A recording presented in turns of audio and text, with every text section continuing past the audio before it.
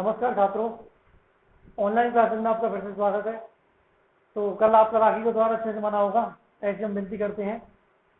तो आगे हम फिर दोबारा से समास प्रकरण इस वाले अध्याय को, मतलब इस वाले चैप्टर को हम क्या करेंगे, पढ़ेंगे।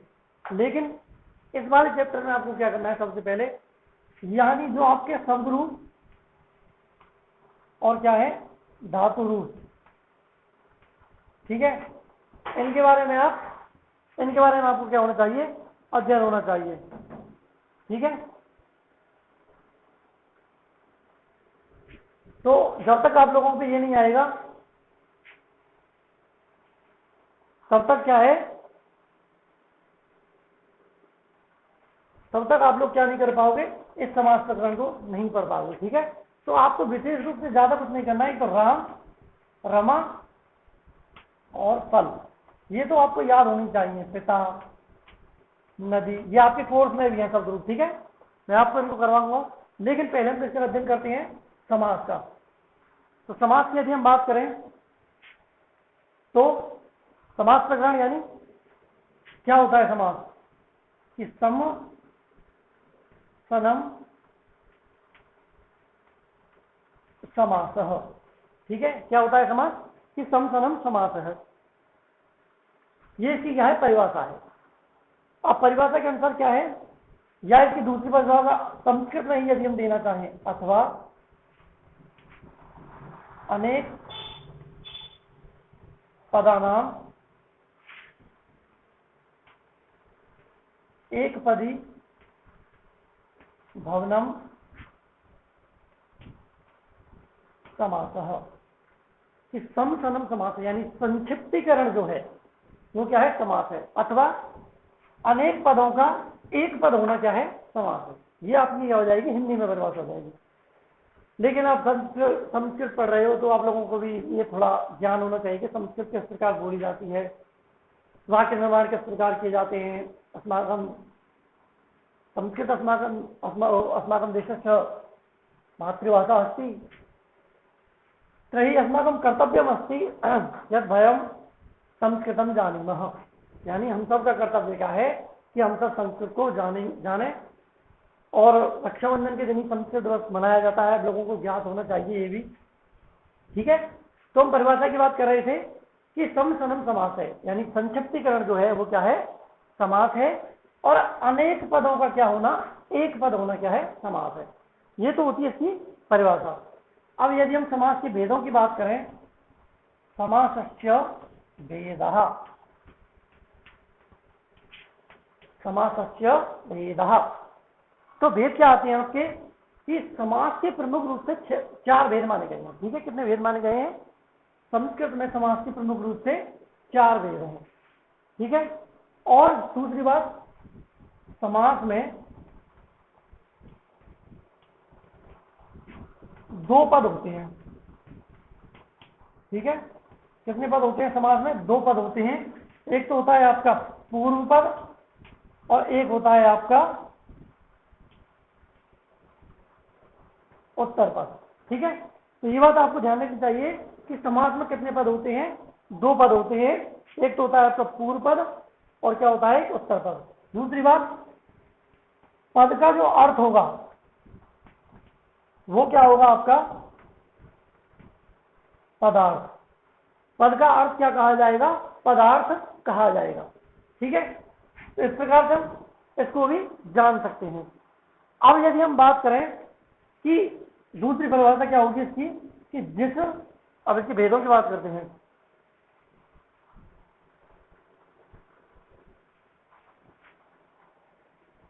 समासस्य भेदः। ठीक है, तो समास के जो भेद होते हैं कितने होते हैं, सबसे पहले कि जिस पदार्थ की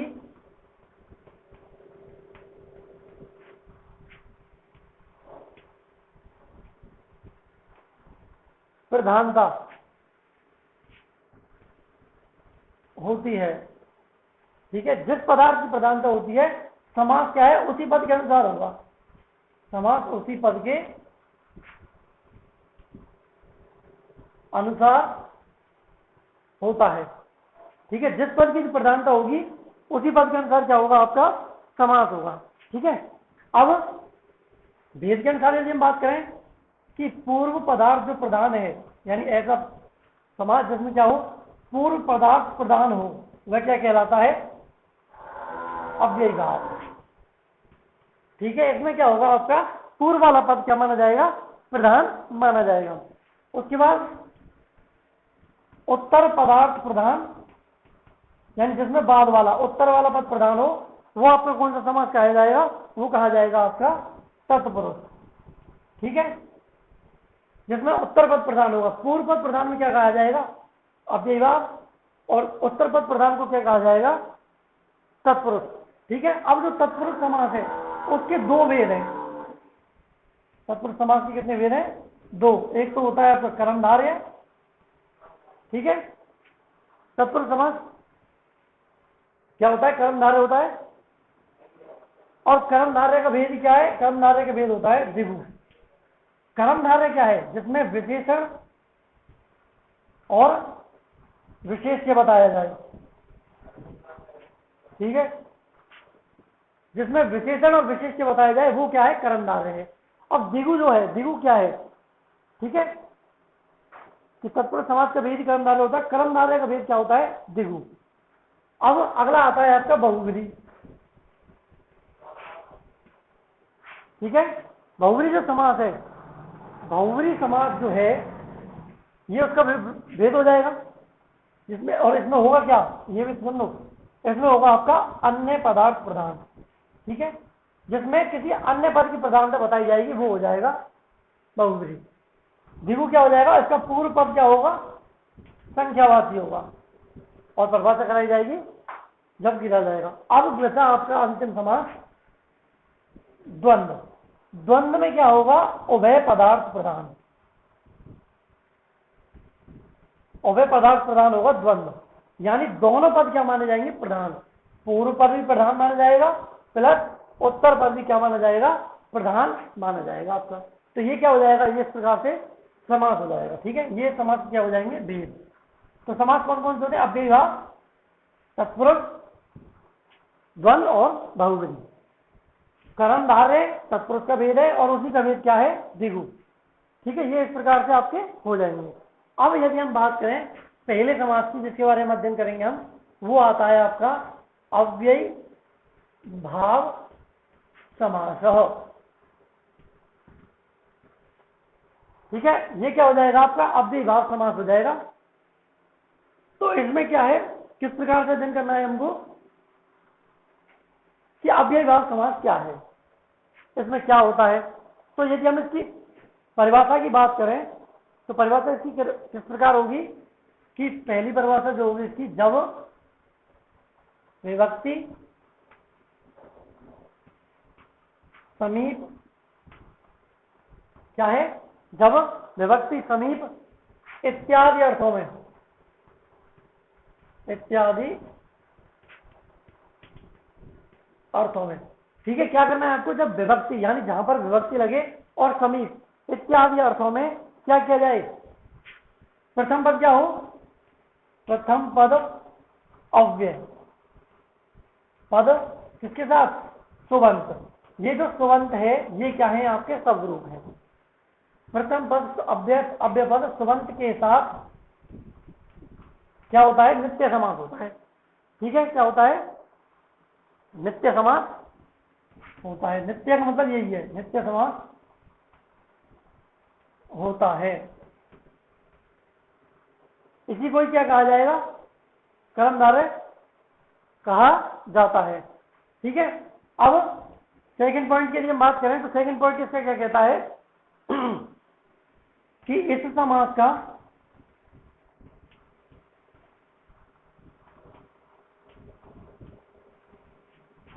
प्रथम शब्द क्या माना जाएगा, अव्यय।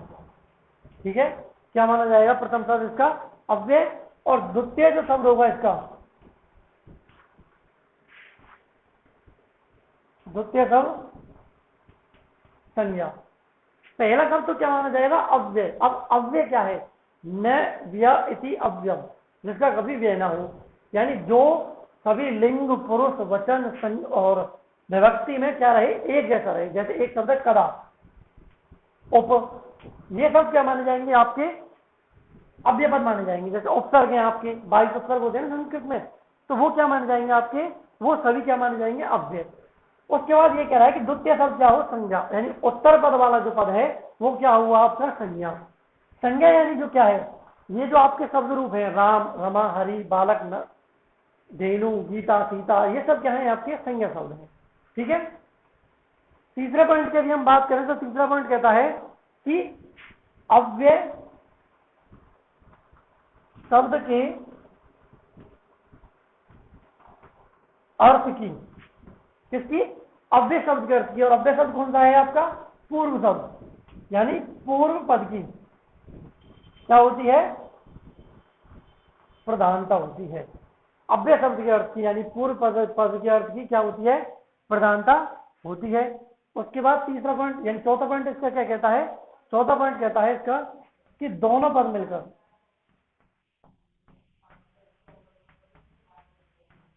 एक पद बनाते हैं। ठीक है, क्या हो जाएगा, दोनों पद मिलकर क्या बना देंगे, एक पद बनाते हैं। ठीक है। उसके बाद क्या हो जाएगा,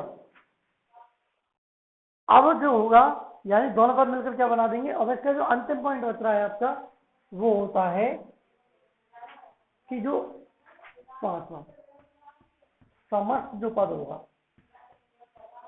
क्या होगा, नपुंसकलिंग में होगा। किसमें होगा, नपुंसक लिंग के एक वचन में होगा। ठीक है, नपुंसक लिंग के एक वचन क्या होगा, जैसे फल शब्द के रूप है तो फल शब्द की प्रथमा विभक्ति के एक वचन क्या होता है, फलम। तो उसी के अनुसार क्या है, इसका भी क्या हो जाएगा, समस्त पद क्या हो जाएगा, नपुंसक लिंग का एक वचन। तो ये तो होती है इसकी परिभाषा, ये आपको याद में होनी चाहिए। इसके आप 5 पॉइंट है, वैसे ज्यादा नहीं है। अब हम बात करते हैं इसके समास की। तो इसमें प्रमुख रूप से जो है उपसर्गों की बात की गई है। ठीक है, यानी प्रथम पद क्या हो, उपसर्ग हो, तो उन पर वहां पर क्या होगा, आपका समास होगा। जैसे इसमें प्रमुख रूप से कौन कौन से दिए जाते हैं, एक तो दिया जाता है यथा, एक दिया जाता है निर, उप। ठीक है, यथा, निर, उप। उसके बाद दिया जाता है प्रति, उसके बाद दिया जाता है से, उसके बाद दिया जाता है अनु, उसके बाद दिया जाता है अधि। ठीक है, तो इस प्रकार से क्या है, उपसर्ग दिए गए हैं।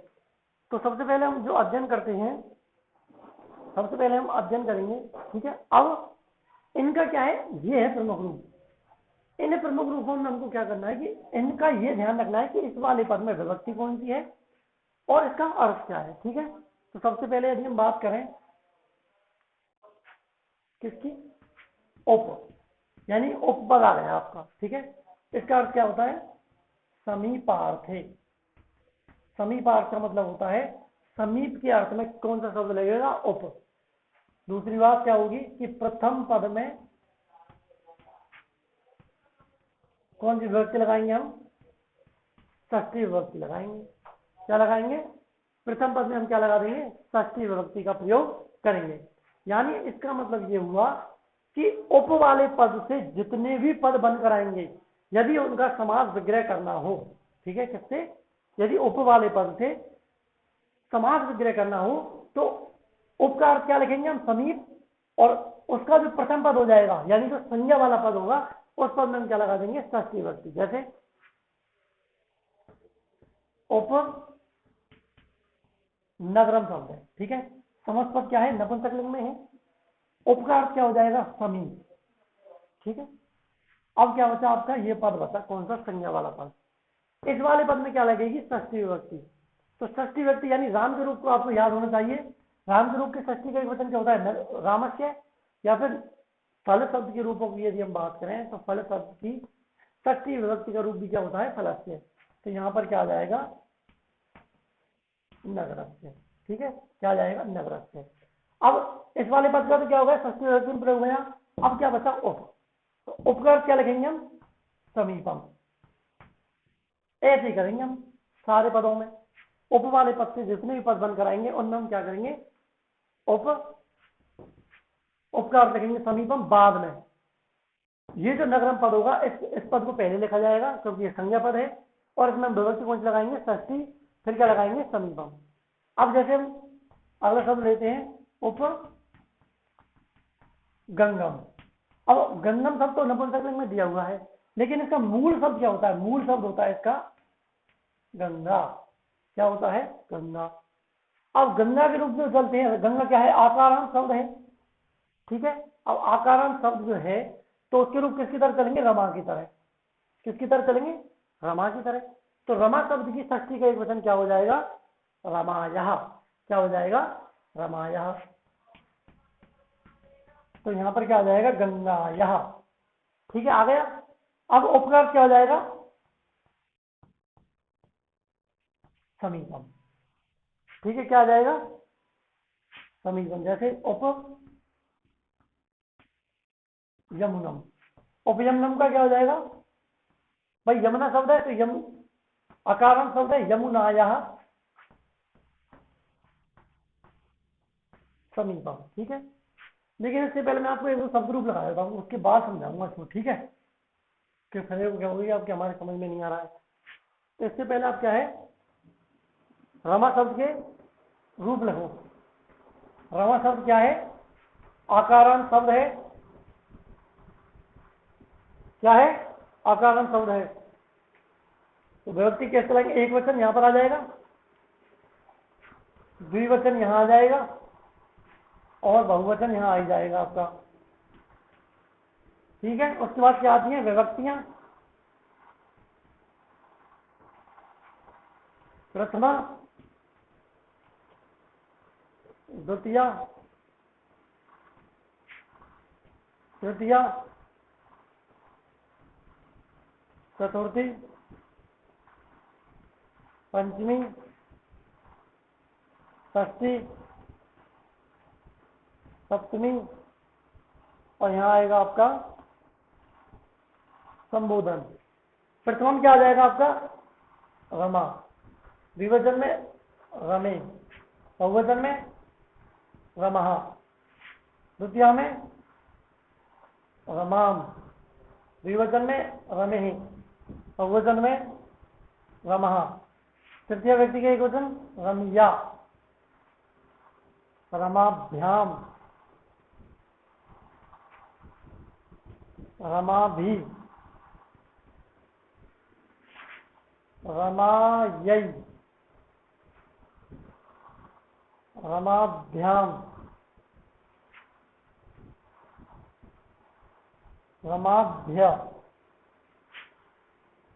पंचमी में रमायः,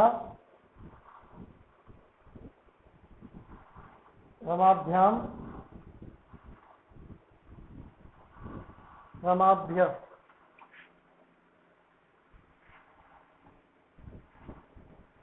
रमायः, रमयो, रमाणाम, रमायाम, रमयो, रमासु।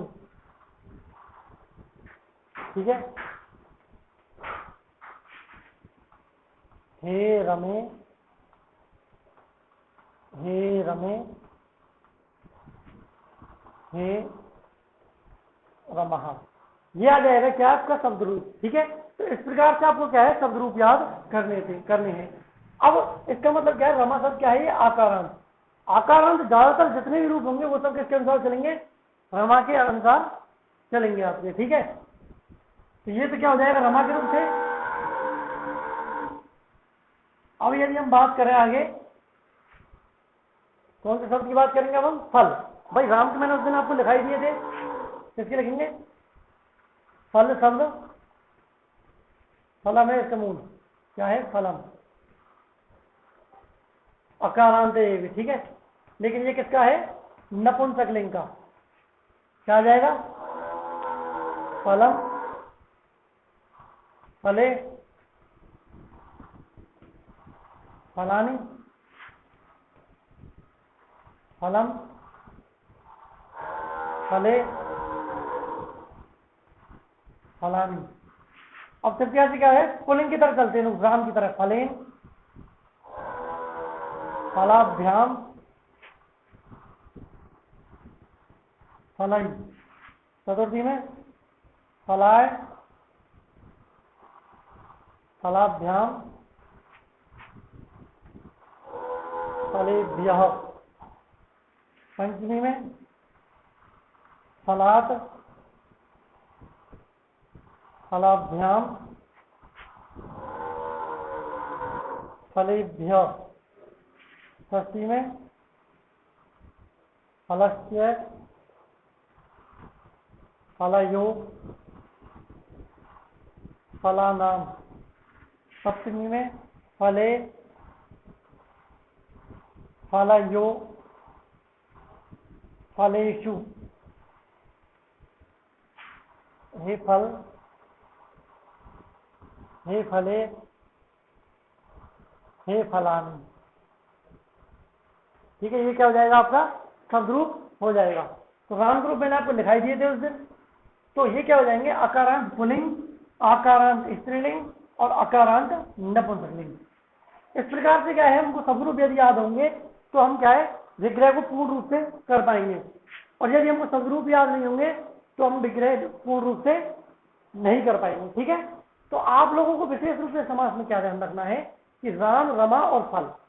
राम जो शब्द है आपका वो अकारांत का शब्द है पुल्लिंग का, तो ज्यादातर जो शब्द रूप होंगे वो राम के अकॉर्डिंग चलेंगे। ठीक है, उसके बाद जो आकारांत क्या है स्त्रीलिंग है वो सारे रूप किसके अनुसार चलेंगे, रमा के अनुसार। ठीक है, तो आज के लिए इतना ही, मिलते हैं अगले वीडियो में। क्या करेंगे अपन, समाज का अध्ययन। धन्यवाद।